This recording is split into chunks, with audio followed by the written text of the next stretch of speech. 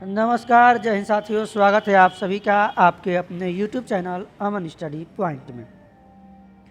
साथियों, इस वीडियो में CTET previous year question paper से बाल विकास एवं शिक्षा शास्त्र के प्रश्नों को देखेंगे जो आपके 9 दिसंबर 2018 के प्राथमिक स्तर के पेपर में पूछे गए हैं। तो चलिए शुरू करते हैं वीडियो को और वीडियो में पूरे अंत तक बने रहिएगा। तो साथियों, पहला प्रश्न है आप सभी के स्क्रीन पर। आनुवंशिकता और पर्यावरण की भूमिका के बारे में निम्नलिखित में से कौन सा कथन सत्य है? ऑप्शन है आप सभी के स्क्रीन पर साथियों देखेंगे।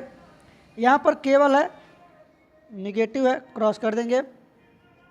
यहाँ पर साथियों जो आपका सही जवाब होगा, विकास के कुछ पहलू आनुवंशिकता और कुछ अन्य पर्यावरण से अधिक प्रभावित होते हैं। यानी आनुवंशिकता और पर्यावरण दोनों दिया गया है, इन दोनों से जो है प्रभावित होते हैं। विकल्प फर्स्ट के साथ आंसर लगाएंगे। चलेंगे अगले प्रश्न की ओर।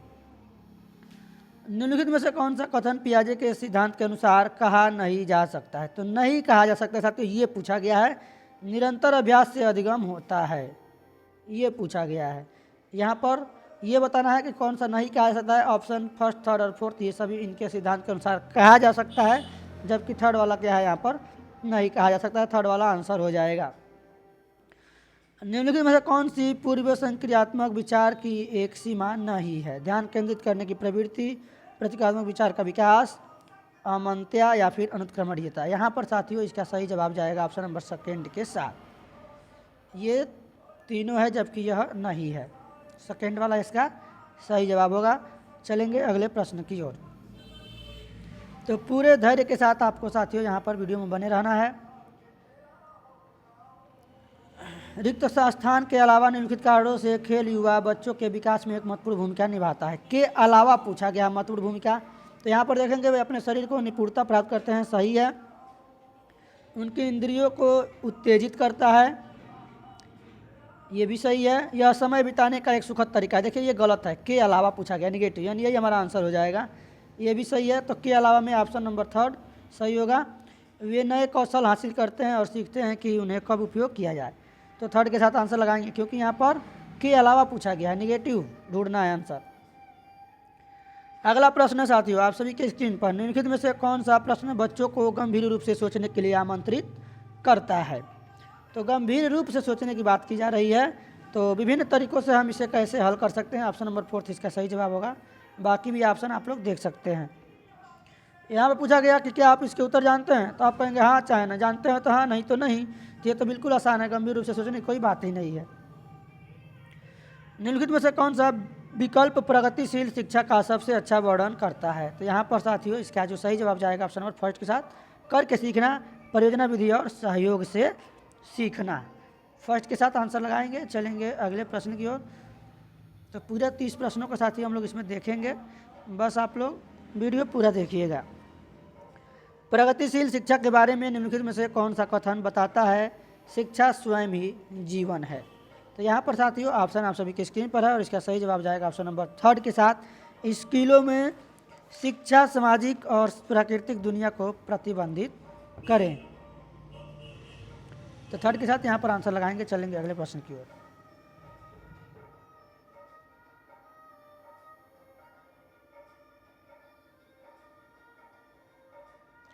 कोहलबर्ग के सिद्धांत के योगदान के रूप में निम्नलिखित में से किसे माना जा सकता है? कोहलबर्ग के साथियों बारे में यहाँ पूछा गया है। तो उनके सिद्धांत में संज्ञानात्मक परिपक्वता और नैतिक परिपक्वता के बीच एक सहयोग का समर्थन किया है। ऑप्शन नंबर फर्स्ट इसका सही जवाब होगा। अगला प्रश्न है निकटवर्ती विकास का क्षेत्र संदर्भित करता है।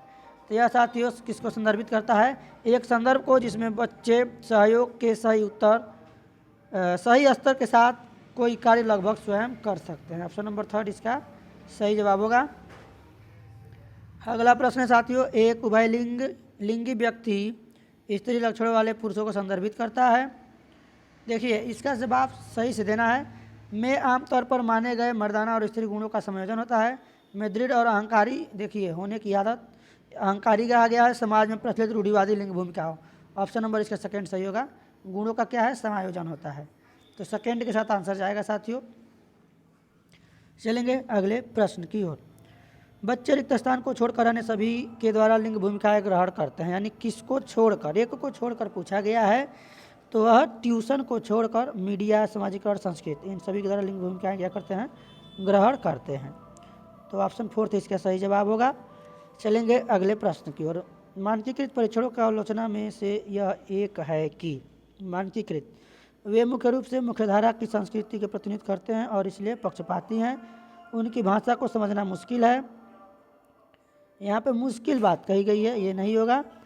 परीक्षण बड़ी आबादी पर लागू नहीं किए जा सकते। वे बच्चे की क्षमता की स्पष्ट तस्वीर नहीं देते। ऑप्शन नंबर फर्स्ट इसका साथियों सही जवाब होगा। चलेंगे अगले प्रश्न की ओर। एकाधिक बुद्धिमानी का सिद्धांत कहता है कि, तो इसके साथियों सही जवाब जाएगा ऑप्शन नंबर सेकंड के साथ। बुद्धि कई प्रकार की हो सकती है। एकाधिक मतलब एक से अधिक, ऑप्शन नंबर सेकंड। अब इसको एक मत समझ लीजिएगा, नहीं तो आप गलती कर देंगे।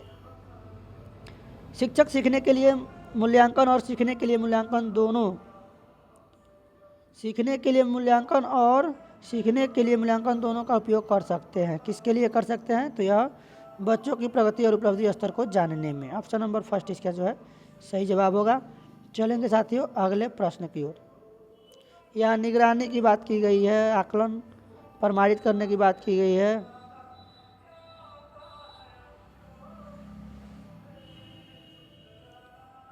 अगला प्रश्न देखेंगे, निम्नलिखित में से कौन सा स्वतंत्र व्यापक मूल्यांकन से संबंधित नहीं है? ऑप्शन में देखना है कौन सा नहीं, यानी निगेटिव वाला हमको आंसर यहाँ पे ढूंढना है। प्रश्न में नहीं पूछा गया है, तो इसके हिसाब से साथियों ऑप्शन नंबर 4 यह बच्चों को धीमे, खराब और बुद्धिमान के रूप में चिन्हित करने में उपयोगी होता है। देखिए ये जो है निगेटिव है, नकारात्मक है। अगला प्रश्न है, बच्चों में प्रतिभाशालिता रिक्त स्थान के कारण हो सकती है। किसके कारण? यानी यहाँ पर अनुवांशिकी और वातावरण के बीच अंतःक्रिया। तो देखिए जहाँ भी अनुवांशिकता और वातावरण के बीच अंतःक्रिया की बात की जाए, यहाँ पर ज़्यादा सकारात्मक में आपका सही आंसर होगा। ऑप्शन नंबर फर्स्ट के साथ आंसर लगाएंगे। चलेंगे अगले प्रश्न की ओर। सामाजिक आर्थिक रूप से वंचित पृष्ठभूमि से आने वाले बच्चों को कक्षा के माहौल की आवश्यकता होती है जो उन्हें अच्छा व्यवहार सिखाता है, उनके सांस्कृतिक और भाषाई ज्ञान को महत्व देता है और उनका उपयोग करता है, उनकी भाषा के उपयोग को हतोत्साहित करता है ताकि वे मुख्यधारा की भाषा से। देखिए हतोत्साहित की बात की गई है, निगेटिव है, क्रॉस कर देंगे। बच्चों की क्षमताओं का धारा वर्गीकृत करने की बात की गई है, क्रॉस कर देंगे। उनके सांस्कृतिक और भाषाई ज्ञान को महत्व देता है और उनका उपयोग कर, देखिए महत्व देने की बात की गई है, तो ऑप्शन नंबर सेकेंड इसका सही जवाब हो जाएगा। चलेंगे अगले प्रश्न की ओर। अगला प्रश्न साथियों, कक्षा में सृजनात्मक और प्रतिभाशाली बच्चों के लिए आवश्यक हस्तक्षेप निर्भर करता है। तो यह किस पे निर्भर करता है साथियों? यह शिक्षक द्वारा अनुकूलित और प्रेरक निर्देशन तरीकों के उपयोग पर। ऑप्शन नंबर फर्स्ट इसका सही जवाब होगा। अति संवेदनशील बच्चों को सीखने में मदद करने के लिए निम्नलिखित में से कौन सा तरीका उपयुक्त तरीका नहीं है? तो नहीं ये पूछा गया साथियों, निगेटिव वाला ढूंढेंगे। बेचैन होने पर अवसर उन्हें फटकार लगाना, तो फटकार लगाना क्या है? निगेटिव है। तीनों सही है, इसलिए हम लोग फोर्थ के साथ आंसर लगाएंगे। प्रश्न में नहीं ये पूछा गया है। अलग अलग सोच वाले पैटर्न उन बच्चों की पहचान करते हैं जो विकलांग हैं, डिस्लेक्सिक हैं, सृजनात्मक है या फिर प्रत्यास्थी हैं। तो साथियों यह किसकी पहचान करता है? अलग अलग सोच पैटर्न वाले बच्चों की। ये क्या है? सृजनात्मक हैं। थर्ड के साथ आंसर लगाएंगे। चलेंगे अगले प्रश्न की ओर। निम्नलिखित में से कौन सा शिक्षक द्वारा कक्षा में बच्चों के लिए समस्या हल करने के तरीके का वर्णन नहीं कर सकता है? नहीं पूछा गया है साथियों, तो नहीं वाला ऑप्शन इसमें ढूंढेंगे जो निगेटिव होगा। किसी विशेष समस्या को हल करने के बारे में अपने विचार पर चर्चा करना सकारात्मक है। कुछ हल करते समय गलतियों को करने के प्रति ईमानदार रहना, ये भी सही सकारात्मक है। सोच विचार परीक्षण और विभिन्न उत्तर जैसी शब्दावलियों का प्रयोग करना, अविश्वास उत्तरों वाले प्रश्न पूछना, ये जो है नहीं कर सकता है। ऑप्शन नंबर फोर्थ इसका सही जवाब होगा साथियों। निम्नलिखित में से कौन सा एक संवेग है? संवेग की बात की गई है साथियों। यहाँ पर डर जो है क्या? संवेग है, यह संवेग है। ऑप्शन नंबर सेकेंड इसका सही जवाब होगा। एक 3 साल का बच्चा बताता है कि दूध बूथ पर एक मशीन द्वारा दूध का उत्पादन होता है। निम्नलिखित में से कौन सा बच्चे की समझ के सबसे अच्छी स्पष्टीकरण प्रदान करता है? यानी इस सोच के बारे में, इस समझ के बारे में कौन जो है अच्छे से स्पष्टीकरण प्रदान करता है? ऑप्शन है आप सभी की स्क्रीन पर साथियों, इसमें देखेंगे। बच्चे को दुनिया का बहुत सीमित अनावरण ज्ञान है, नहीं। बच्चे का जवाब दूध बूथ से दूध खरीदने के अपने अनुभव पर आधारित, हाँ वो उसके अनुभव के आधार पर आधारित है। ऑप्शन नंबर सेकेंड इसका सही जवाब होगा। बच्चों ने गायों को कभी नहीं देखा है, बच्चे का परिवार बच्चे को प्रेरक प्रतर प्रदान नहीं करता। तो सेकेंड ही उसका सही जवाब होगा। अगला प्रश्न साथियों, निम्नलिखित में से कौन सा शिक्षक की भूमिका का सबसे अच्छा वर्णन करता है। तो यहाँ पर देखेंगे कक्षा में शिक्षक की सबसे महत्वपूर्ण भूमिका अनुशासन को बनाए रखना है। एक शिक्षक को निर्धारित पाठ्यपुस्तक का पालन करना चाहिए। पाठ्यक्रम को समय पर पूरा करने के साथ साथ दोहराने के लिए पर्याप्त समय देना। देखिए सभी नकारात्मक हैं। अब देखेंगे आराम के लिए जगह बनाना, जहाँ बच्चे संवाद और पूछताछ के माध्यम से सीखते हैं। ये बात सही है, संवाद की बात की गई है, पूछताछ से एक दूसरे से सीखने की बात की गई है। ऑप्शन नंबर 4 इसका सही जवाब होगा।